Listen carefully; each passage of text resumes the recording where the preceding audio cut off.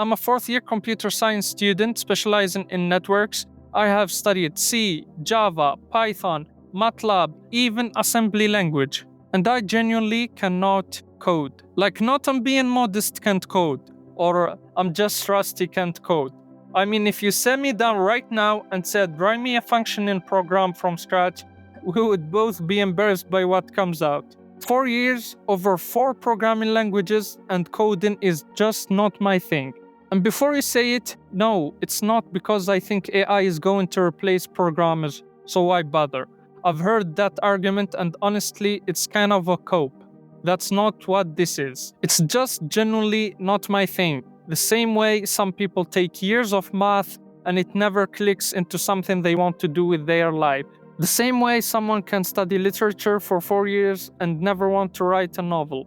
I sat through every single class, I did the labs, I passed the exams, and at the end of it, I just looked at coding and thought, I don't want to do this every day. This is not the life that I want. And for a really long time, that felt like a crisis, like I had picked the wrong degree, like I was broken somehow, like everyone around me was building apps and contributing to their GitHub, and I was just existing in the wrong measure. So if you are a CS student right now and you feel that same thing, I want you to watch this whole video because I think I've figured something out that took me 4 years to see. Okay, so let me back up and actually explain what a CS degree is, because I think most people, including people who are in one, misunderstand it. When people hear computer science, often they hear coding, programming, software engineering, sit at a laptop, build things, ship features, and done. And yeah, that's one path, a very real, very viable path that a lot of people take and do incredibly well in. But that's not what a computer science degree actually is at its core. A CS degree is fundamentally about 2 things: problem solving and structured thinking. That's it, that's the actual product. And everything else, the languages, the algorithms, the data structures, the networking, the operating systems, all of that is just the medium through which they teach you those 2 things. Just think about it. Why do CS programs make you learn algorithms? Not because you're going to sit there manually implementing a certain algorithm at your job. It's because they are teaching you how to look at a complex problem and break it down into logical steps, how to think about efficiency, and how to see patterns. Why do they make you study computer architecture and how memory works at a low level? Not because you would need that for most jobs, because understanding systems from the ground up teaches you how to reason about complexity, how to debug, and how to not panic when something breaks. The coding is almost like the homework. The actual lesson is what happens in your brain while you're doing it. And that lesson transfers to almost everything. Here's what I mean by that, and this is the part I genuinely wish someone had told me in first year. The skills you build in a CS degree, like logical decomposition, systems thinking, working with data, understanding how processes connect, spotting inefficiencies, those skills are insanely valuable in fields that have nothing to do with writing code. Let's take finance as an example. A CS background in quantitative finance or risk analysis is incredibly powerful. You are not only building apps anymore, you're modeling systems, spotting patterns in data, thinking algorithmically about markets. Banks and hedge funds actively recruit CS graduates, not because they want them to code, but because they want people who think the way CS trains you to think. Product management. This is actually one of the most natural fits for a CS graduate who doesn't want to code. You understand the technical side well enough to talk to engineers, you understand systems well enough to design products, but your actual job is problem solving at a strategic level. Some of the best product managers in tech have CS degrees and haven't written code professionally a single day in their careers. We have also consulting. McKinsey, Deloitte, BCG, they love CS graduates, because consulting is literally just structured problem solving applied to business. You come in, you understand the complex system, you find the inefficiency, you propose the solution. That is CS thinking applied to organizations instead of computers. Cybersecurity policy, tech law, AI ethics, data journalism, UX research, operations at tech companies.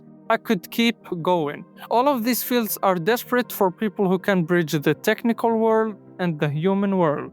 And the CS graduate who actually understands systems but doesn't want to code is perfectly positioned for exactly that bridge. The degree doesn't lock you into a terminal. It actually opens more doors than almost any other major if you stop thinking of it as purely a coding credential. And I want to be real about where this belief comes from for me personally, because I think the context matters. I spent most of my first years genuinely stressed about this, watching people in my program who just loved coding, like really loved it. They stayed up late doing it for fun, built side projects, had GitHub profiles with actual activity on them, and comparing myself to that and thinking something is wrong with me. Because the narrative around CS is so coding focused that if you are not that person, you feel like an imposter, like you snuck into a room you don't belong in. And I kept waiting to find my thing within the technical side. Maybe it will click with networking, or maybe cloud computing or cybersecurity, and it will feel just different. Maybe I just need to find the right project, and none of that happened. The click never came. But what did happen, slowly, without me realizing it at first, was that I started getting really good at thinking, at breaking down problems, at looking at a system I'd never seen before and figuring out how it worked faster than most people around me who had no technical background, at reading about industries I knew nothing about and understanding the structural problems in them almost immediately. That was the degree working, just not in the way I expected it to. And here's the thing about being a CS graduate in a non-tech field. You walk in with a superpower that most people in that room don't have.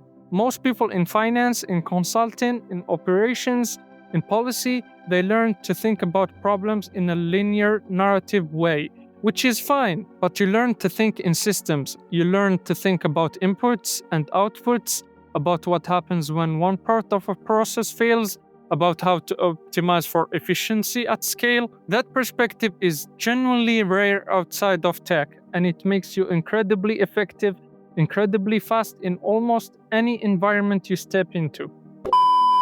Go deeper, go wider, look at how things are done nowadays. If there is a new big trend, look into it. Like nowadays, that's generative AI.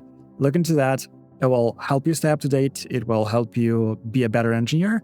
And also just aim higher in general. A lot of people underestimate themselves and just don't try things they could have succeeded at. And you should do that. You should try. You should experiment with the things that you feel are out of your league. You should apply to jobs you think you're not good enough for. And you should prepare for those interviews and get the job. You can. So that's like top piece of advice that I can give.